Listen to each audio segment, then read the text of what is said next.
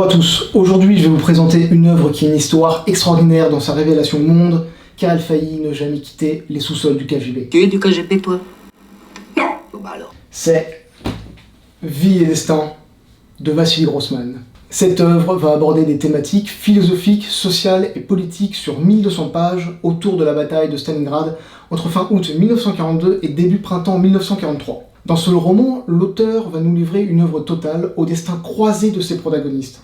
Alors, moi je dis que c'est une œuvre totale car sur fond de réalisme historique, nous allons découvrir l'histoire d'une famille et de d'autres personnages qui représentent l'ensemble de la société soviétique et la situation à l'Est pendant la Seconde Guerre mondiale. Ce roman va faire l'épreuve de la censure de la part du régime soviétique, et nous allons nous y pencher dessus. C'est une des raisons pour laquelle le roman de Vassili Grossman est plus qu'un roman. Ce livre a une histoire très particulière, car c'est un livre qui aborde des thématiques essentielles qui sont la liberté et la vérité. Et cet ouvrage va se retrouver enfermé. Alors, je vais vous présenter dans un premier temps le contexte historique dans lequel se déroule l'action, l'auteur, son histoire et l'histoire de la publication de cette œuvre. Je vais ensuite vous présenter les personnages principaux et les grandes thématiques abordées par ce livre à travers les événements vécus par nos protagonistes. Je vais vous présenter maintenant le contexte historique dans lequel se déroule l'action du livre. C'est celui de la bataille de Stalingrad. Stalingrad, c'est l'une des plus grandes victoires de la Seconde Guerre mondiale contre l'Allemagne. Et surtout, la première victoire menée par la Russie. Mais c'est aussi ce qui aurait pu être sa plus grande défaite. Le monde a littéralement retenu son souffle pendant l'hiver 1942-1943. On va dénombrer environ 500 000 soviets et 150 000 Allemands morts lors de cette bataille, avec 2 millions de portés disparus soviets et 1 million d'Allemands. Cette bataille a duré pendant 6 mois, du 17 juillet 1942 au 2 février 1943. C'est un enjeu majeur pour l'Allemagne dans son combat engagé contre l'URSS. Car Stalingrad, qui est d'ailleurs l'une des villes les plus modernes de l'URSS, se trouve sur la Volga, qui permet l'acheminement du pétrole du Caucase vers le nord du pays. La Volga, c'est un petit peu l'artère de Staline. De plus, il y a l'usine de tracteurs qui produit les chars T-34 de l'armée rouge, qui sont meilleurs que les Panzers actuellement employés. L'effort de guerre allemand est consommateur en hydrocarbures. C'est donc un levier stratégique très important. C'est aussi la ville, comme vous l'aurez remarqué, qui porte le nom de Staline, donc il y a une dimension symbolique aussi très importante. Et c'est ce qui va pousser Hitler à ne rien lâcher. Du 23 août jusqu'au début du mois d'octobre, les Allemands passent à l'assaut et vont prendre jusqu'à 70% de la ville avec la 6e armée commandée par le général Paulus. Juste avant, la Luftwaffe va bien bombarder la ville avec des bombes incendiaires. Et la 62e armée, dirigée par Tchoukov, est repoussée jusqu'à la Volga. Les Allemands vont prendre alors 90% de la ville fin octobre, et ils vont planter le drapeau. Les flancs sur les rives du Don sont tenus par les troupes hongroises, roumaines et italiennes, qui ne s'entendent pas très bien d'ailleurs. Les combats qui vont se dérouler là-bas vont être d'une violence extrême. On se bat quartier par quartier, rue par rue, maison par maison, étage par étage, pour une pièce, pour un escalier, pour un couloir. On se bat jour et nuit pour un bout de terrain, un morceau d'usine, à bout portant un coup de lance-flamme, au corps à corps, à la baïonnette, dans les cratères de boue, au sniper entre les immeubles, à la mitrailleuse dans les années, sous les bombes et les tirs d'artillerie. Et on arrive quand même à crever de faim et de froid, et les mecs ne dorment quasiment jamais. Bref, c'est un carnage au quotidien, et ça va marquer l'histoire de la guerre avec ce premier type de conflit urbain, comme en témoignent ces images terribles.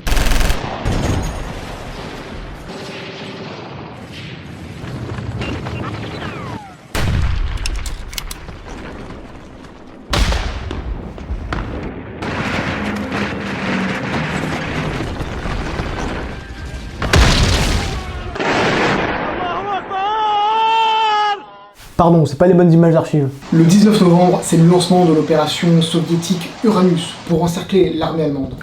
Le 22 novembre 1942, les troupes soviétiques du front du sud-ouest du général Vatutin vont faire leur jonction avec celles du front de Stalingrad du général Eremenko. Plus de 300 000 soldats allemands sont enfermés dans des ruines d'une superficie de 30 à 50 km. De la bouffe pour 6 jours et des munitions pour 2 jours. Ça va être dur. Le 23 novembre, l'Allemagne va tenter de mettre en place un pont aérien pour ravitailler ses soldats, qui va marcher dans un premier temps, et encore. Le 12 décembre 1942, les Allemands lancent une opération, Winter, qui veut dire tempête de l'hiver, avec à sa tête Manstein, pour sauver les Allemands emprisonnés à Stalingrad. Mais cette tentative va être repoussée par Zhukov. Le 24 décembre, le pont aérien est arrêté et les Allemands se sont fait dégommer en tout 50 avions en l'espace d'un mois. C'est quand même pas mal. Le 25 décembre, 1500 Allemands vont mourir de froid. Il faut rappeler qu'au début de la bataille, l'aviation allemande avait bien tout bombardé avec des bombes incendiaires, donc il n'y avait plus grand chose à brûler. Il est quand même intéressant de noter que le froid russe va jouer un rôle décisif comme en 1812. Et ça marque de nouveau le déclin d'un empire.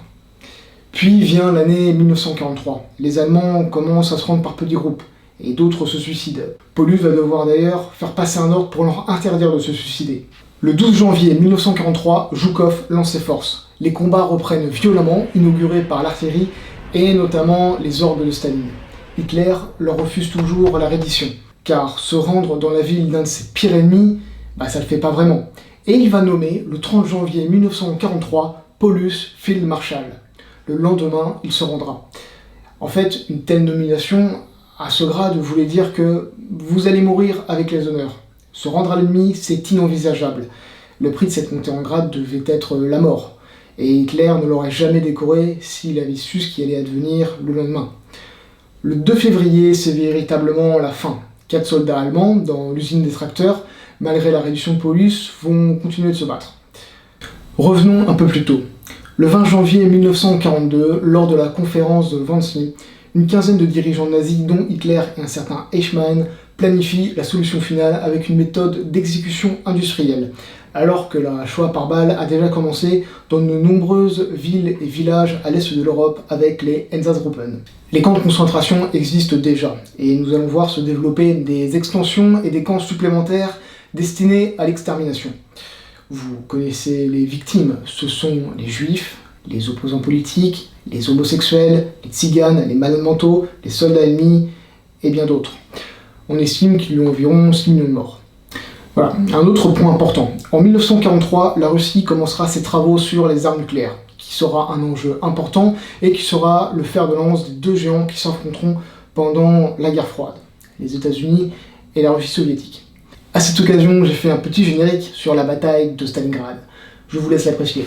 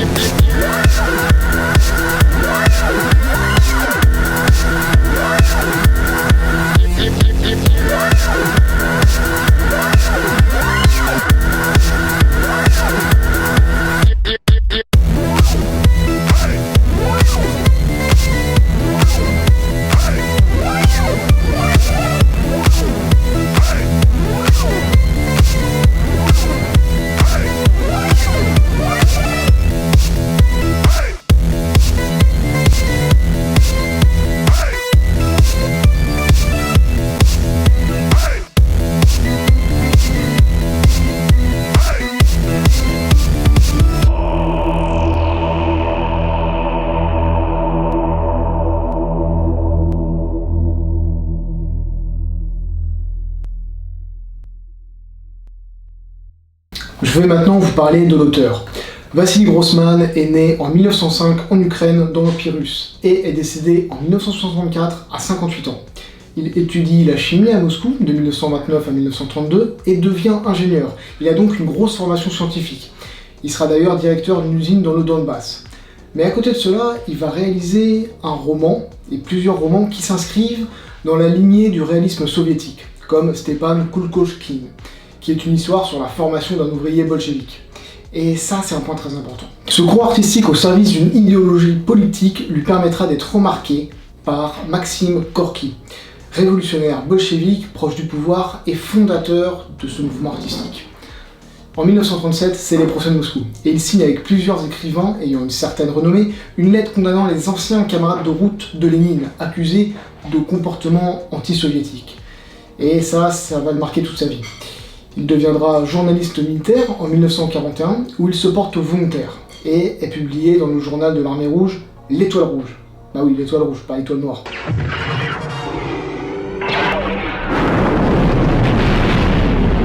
Il suivra la déroute de l'armée allemande et les victoires de l'armée rouge. Salem! Il suivra la déroute de l'armée allemande et les victoires de l'armée rouge pour totaliser 1000 jours sur le front. Il partira à Stalingrad où il retrouve Eremenko et rencontre Tchoukov et Rodmitsev. Au moment de la victoire de Stalingrad, en janvier 1943, il est affecté à la 62e armée, qui est donc commandée par Tchoukov. Il découvre le génocide nazi à Treblinka. C'est l'un des premiers journalistes à rentrer dans les camps. Et dès 1943, il prévoit cette grande fresque à réaliser en 2 volumes autour de la guerre. Les premières parties étant sorties en 1952 dans la revue Navimir, numéro 7 à numéro 10, sous le titre de « Pour une juste cause », qui se déroule de juin 1942 à septembre 1942 pendant l'offensive. Mais revenons en 1944, où il constate comment les Juifs de Kiev ont été tués. Il apprend aussi que sa mère est tuée avec 30 000 Juifs dans sa ville natale à Berdichev, pas loin de Kiev. Après la guerre, il va subir une crise personnelle profonde, en plus de la crise antisémite de 1949 à 1953 en Russie. Il sera attentif au procès des Blouses Blanches, qui est une affaire montée de toutes pièces par le NKVD pour accuser des médecins juifs d'avoir assassiné des dirigeants soviétiques. Il se sent à ce moment-là solidaire du peuple juif et réfléchit sur ce qui peut amener l'homme à créer des camps de concentration, autant du côté russe que du côté allemand. Vie et destin est donc une deuxième partie qui a été terminée entre 1955 et 1961 après avoir été commencée en 1948. Il intitule son œuvre Vie et destin comme il a existé un guerre et paix de Tolstoï, qui est d'ailleurs son modèle. Mais son œuvre sera influencée par des idées qui sont considérées comme étant contraires à la pensée soviétique. Il va le transmettre à la revue Znamia. Une première version, le rédacteur en chef, Vadim Koznevnikiv, va le transmettre au KGB à la Loubianka. Et d'ailleurs, il va y avoir une petite perquisition le 14 février. J'aime pas trop les 14 février, tout le temps seul à force de me faire griller. Le KGB va saisir son manuscrit, les exemplaires tapés à la machine, les brouillons, les papiers carbone, tout cela pour bien le stocker à la Loubianka. En raison de son passé, Vassili Grossman ne sera pas arrêté. Il mourra d'un cancer à l'âge de 58 ans, 1 an et demi plus tard. En février 1962, il écrit à Nikita Khrouchtchev, premier secrétaire du Parti communiste d'Union soviétique. Les événements de la guerre ne sont pas faciles à lire. Croyez-moi, il ne m'a pas été non plus de les écrire. On reviendra sur ces mots à travers quelques passages assez marquants du livre que je souhaite vous partager. Mais Vassili Grossman était malin. Il avait caché 2 versions de son livre qui étaient des brouillons chez des personnes de confiance. Le bouquin va sortir du RSS sous forme de microfilm. Un des personnages qui prendra part à cette opération est Andrei Sakharov, physicien nucléaire à l'origine de la bombage de 1953 de l'Union soviétique.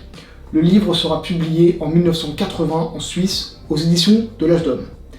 À partir de ces 2 versions, toutes 2 incomplètes du manuscrit, après avoir été déchiffré. C'est complètement dingue en fait. Il manque d'ailleurs des lignes, des paragraphes, des chapitres entiers. La fusion de ces 2 variantes a permis de faire un texte à peu près uni, mais avec quelques passages manquants.